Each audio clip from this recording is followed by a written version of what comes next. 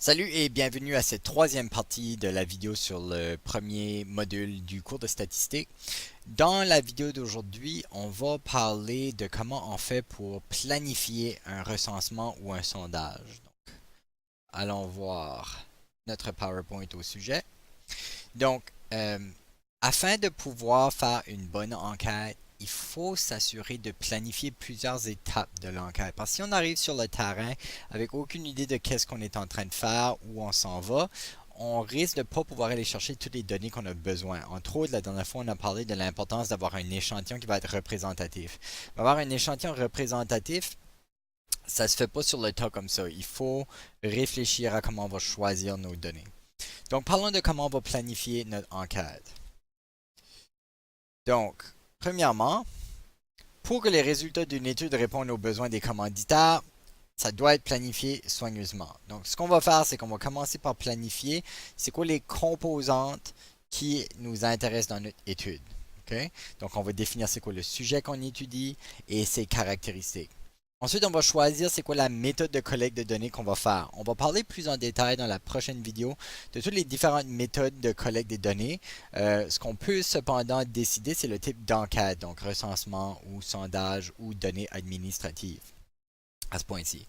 Euh, mais après la prochaine vidéo, on va aussi déterminer si on veut faire des interviews, si on veut faire des questionnaires, si on veut faire de l'observation en milieu naturel, etc. On va parler de plusieurs méthodes de collecte de données. Il faut aussi trouver comment on va faire notre échantillon. Donc, choisir notre échantillon, il y a en fait plusieurs différentes façons que l'on peut faire ça. On peut piger des gens au hasard, on peut dire, ok, non, je veux 3 gars et 3 filles.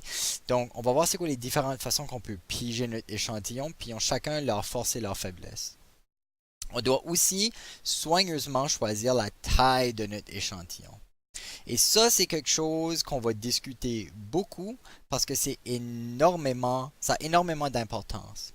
Si, mettons que vous cherchez à étudier l'opinion de tous les Canadiens, est-ce que ça va être suffisant de seulement aller demander à 5 personnes, même si c'est une variété de jeunes, plus vieux, hommes, femmes, dans l'Ouest canadien, dans l'Est canadien, si vous allez juste chercher 5 personnes, est-ce que ça va vraiment représenter toute la population canadienne? Non. Vous allez vouloir atteindre un certain minimum de gens pour avoir un échantillon qui est représentatif de la population. Donc, ça va dépendre de plusieurs choses. Ça va dépendre de la grosseur de la population. Ça va dépendre de comment on s'attend de voir des différences entre les groupes, etc. On parlera de ça plus tard. Mais il faut soigneusement choisir la taille de notre échantillon. Ensuite, il va falloir planifier la conception de notre questionnaire. Donc, si on donne un questionnaire aux gens, il faut s'assurer qu'il est bien préparé et qu'il mesure ce qu'on veut mesurer.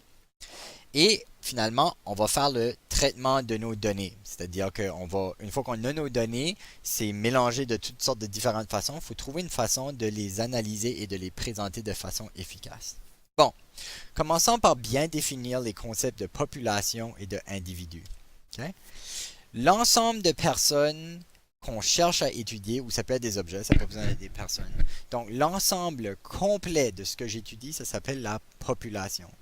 Donc, si ma question a rapport avec l'opinion des Canadiens, ma population, c'est tous les Canadiens et non pas tous les humains de la planète. Parce que ma question ne cherche pas à savoir c'est quoi l'opinion de tous les humains, mais seulement l'opinion de tous les Canadiens. Donc, même s'il y a des humains qui vivent en dehors du Canada, ils ne font pas partie de ma population que je cherche à étudier. Donc, ma population elle est définie par le sujet de mon étude. Par exemple, si je cherche à étudier les moyennes des élèves de l'école Samuel de Champlain, ben je veux ma population, c'est tous les élèves de l'école Samuel de Champlain. Okay? Donc ça, c'est population, c'est l'ensemble de tous les individus. D'ailleurs, une personne à l'intérieur de la population ou un objet à l'intérieur de la population, c'est ce qu'on appelle un individu statistique. Donc, une mesure, un individu. Okay? Euh, Ça peut aussi comprendre plusieurs personnes ou plusieurs objets. Par exemple, si si je suis en train d'étudier les couples mariés qui résident au Nouveau-Brunswick, ben un couple, c'est 2 personnes, mais c'est juste un individu dans ma recherche statistique. Parce que je ne cherche pas à étudier la différence d'opinion de chaque personne dans le couple, mais plutôt l'opinion du couple. OK? So, vu que le couple, c'est une mesure, on compte ça comme un individu.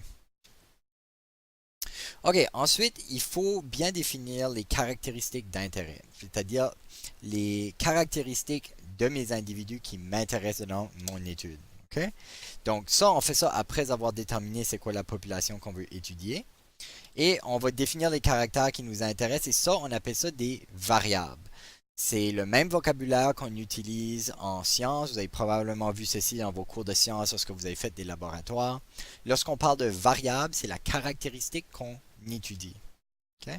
Euh, les variables, il y en a plusieurs de différents types. On peut les mettre dans des catégories qu'on va voir. Et puis, un autre mot qui est important à savoir, c'est le mot modalité. Ça, c'est les valeurs que les variables peuvent prendre. Par exemple, si je pense à les couleurs primaires. Donc ça, c'est une variable. Par exemple, si je veux savoir c'est quoi la préférence des couleurs primaires des gens. Couleur primaire, c'est une variable. Les modalités de cette variable sont rouge, bleu et jaune. C'est les trois valeurs que peuvent prendre la variable. Donc les valeurs que peuvent prendre la variable, on appelle ça les modalités. OK? Donc, c'est important de bien définir nos variables parce que si on pose une question qui est trop floue avec des variables qui ne sont pas bien définies, ça laisse à interprétation. Puis en statistique, on veut essayer de réduire l'espace d'interprétation autant que possible. On va être spécifique. Donc, par exemple, si je demande à quelqu'un la question quel est votre revenu? Ben, l'individu, il peut avoir plusieurs réponses possibles. Il peut se poser, ben, peut-être qu'il veut dire mon revenu hebdomadaire ou annuel, donc à chaque semaine ou à chaque année. Quand il dit votre revenu, il veut-tu dire juste moi spécifiquement ou comme le revenu familial? Est-ce qu'il veut dire le revenu brut ou le revenu net après les taxes? Est-ce que je dois compter mes pourboires que je fais comme serveur? Est-ce que je dois parler de l'argent que je donne à mon syndicat pour les assurances emploi, ce genre de choses-là? Donc, c'est vraiment pas bien défini. Okay? Donc, on a choisi une définition de revenu de notre variable qui n'était pas spécifique et donc qui laisse à beaucoup d'interprétations. Donc, c'est important d'être très spécifique par rapport aux variables. Donc, ici, on donne des exemples de variables et de modalités. Okay? Donc, le nombre d'enfants par famille, ça peut être une variable qu'on étudie. Sa modalité peut être 0 enfants par famille, 1, 2, 3, 4, 5. Une autre variable, c'est le revenu annuel. Donc, ici, les modalités, c'est des valeurs en argent. Ça peut varier de 0 jusqu'à un très grand chiffre. L'âge du père, donc ici, les modalités, c'est des nombres entiers ici. Les langues parlées, donc ici, j'ai une variable que la réponse, c'est des mots. Les modalités, c'est des mots, c'est pas des chiffres. Donc, ça, c'est un différent type de variables. Et on va voir tout ça maintenant. Les types de variables qui existent. On a deux grandes catégories.